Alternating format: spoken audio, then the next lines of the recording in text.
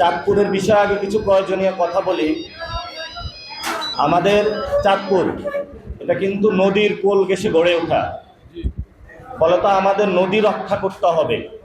যদি নদী থাকে তাহলে খাল থাকবে, নদী না থাকলে খাল থাকবে না। এই জন্য খাল যেমন আমাদেরকে খনন করতে হবে, সাথে সাথে আমাদেরকে নদীগুলো রক্ষা করতে হবে। আমাদের যে তিস্তা নদী শুকিয়ে গিয়েছে, পদ্মা, মেঘনা, যমুনা, খুবই ভয়াবহ অবস্থা। এই নদীগুলোকে যদি আমরা রক্ষা করতে না পারি, তাহলে আমরা যারা নদীর পাশে, এমন চাঁদপুর থেকে শরীয়তপুর, মাদারীপুর এইসব জেলাগুলো রয়েছি, আমরা তো খুব বিপদে পড়ে যাব। তো নদী থেকে যখন বালু উত্তোলন করা হয় অপরিকল্পিতভাবে, তখন মানুষের যে ঘর বাড়িগুলো আছে এগুলো নদীতে ভেঙে পড়ে। তখন মানুষগুলো সেখানে বিভিন্ন জায়গায় আশ্রয় গ্রহণ করে। তো এই জন্য আমরা আশা করব চাঁদপুরে যারা সবাই সভ্য ভদ্রলোক আছেন, রাজনৈতিক দলের হোক, সিভিল সোসাইটি হোক, কেউ আমরা নদী থেকে অবৈধ বালু উত্তোলনকে আর সাপোর্ট করব না ইনশাআল্লাহ।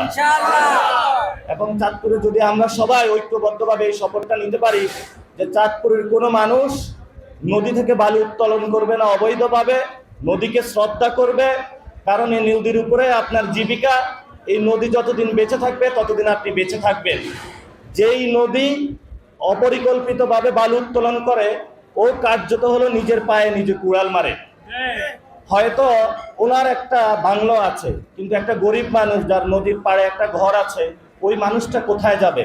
এই জন্য নদীগুলোকে আমাদের রক্ষা করতে হবে। আরেকটি বিষয় হলো, একটা সময় আমাদের অনেক সুনাম ছিল চাঁদপুরের, ব্যবসা বাণিজ্য পরিকল্পিত নগরী আকারে। কিন্তু এখানে আমরা অনেক মন্ত্রী পেয়েছি, কিন্তু চাঁদপুরের দিকে নজর দেওয়ার জন্য কারো চোখটা আমরা খোলা পাই নাই। আগেও নাকি এখানে শিক্ষামন্ত্রী ছিল, এখনো নাকি চাঁদপুরে শিক্ষামন্ত্রী আছে। মন্ত্রী আসে যায়, চাঁদপুরের কোনো শিক্ষার মান উন্নয়ন পরিবেশ আর নিশ্চিত হয় না। এজন্য চাঁদপুরে যে সরকারি কলেজ থেকে শুরু করে বিভিন্ন স্কুল কলেজগুলো রয়েছে, সেগুলোর মান উন্নয়ন কাঠামোটা আমাদেরকে নজর দিতে হবে।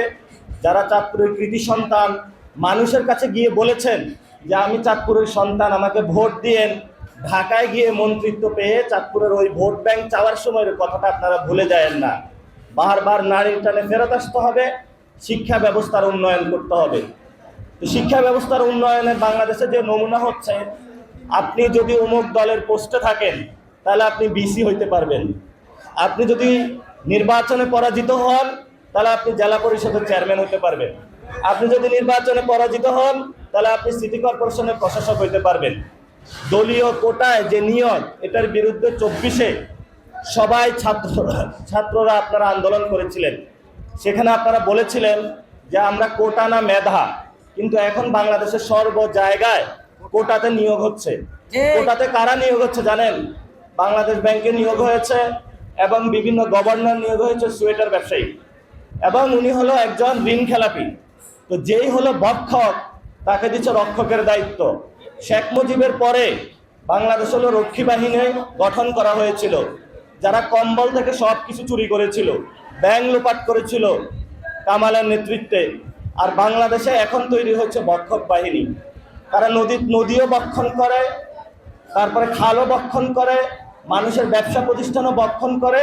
যেটার বিরুদ্ধে আমরা দাঁড়িয়েছিলাম, বলেছিলাম বাংলাদেশে চাঁদাবাজি, সন্ত্রাসী, দুর্নীতি আর চলবে না। এই যে চাঁদপুরে একটি মেডিকেল আছে, সেখানে মেডিকেলে যে পরিস্থিতি, আমার এক আত্মীয় গিয়েছিল, এখানে সুচিকিৎসার কোনো ব্যবস্থা নেই। তো চাঁদপুরবাসীর যে অবস্থা, শিক্ষা ঠিক নাই, চিকিৎসা ঠিক নাই, নদীগুলো ঠিক নাই, যারা ব্যবসা প্রতিষ্ঠানে আছেন তারা নিরাপদে ব্যবসা করতে পারছেন না। তাহলে নিরাপদ যদি নগরী না হয়, তাহলে আমরা বসবাসটা করব কিভাবে? আমরা মনে করি যারা আছেন, আপনি যেই পার্টি হন না কেন, এগুলা যদি আমরা নিশ্চিত করতে পারি, তাহলে আসলে আমরা সুন্দর একটি চাঁদপুর গঠন করতে পারবো। এখানে একটা ইউনিভার্সিটি হওয়ার কথা, সেটা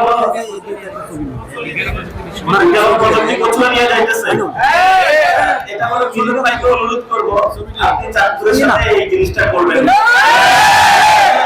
প্লেসটা নির্ধারিত হয়েছে, সেখানে বিশ্ববিদ্যালয় হবে।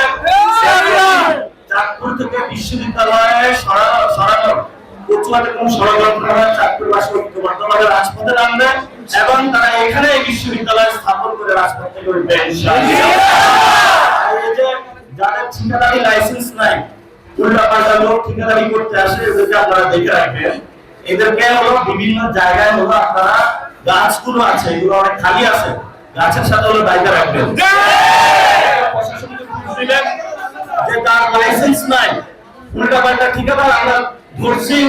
এবং কেউ হলো শেখ হাসিনার আমলের সময় যেভাবে বাস ঢুকিয়ে দেওয়ার চেষ্টা করেছে, এই ঠিকাদার আবার নতুন ভাবে হলো ঠিকাদারির কাজ পাচ্ছে, এগুলাকে আমরা বেঁধে রেখেছি। আপনারা আসলে জেলে নিয়ে যান, এটা সবাই পারবে না। আমরা শুনতে পাচ্ছি আওয়ামী লীগ পুনর্বাসন হচ্ছে, এই আওয়ামী লীগ পুনর্বাসন বন্ধ করতে হবে। যদি আওয়ামী লীগের প্রতি এত পীড়িত হয়, তাহলে আমরা বলবো আল্লাহ শেখ হাসিনার কাছে চলে যান,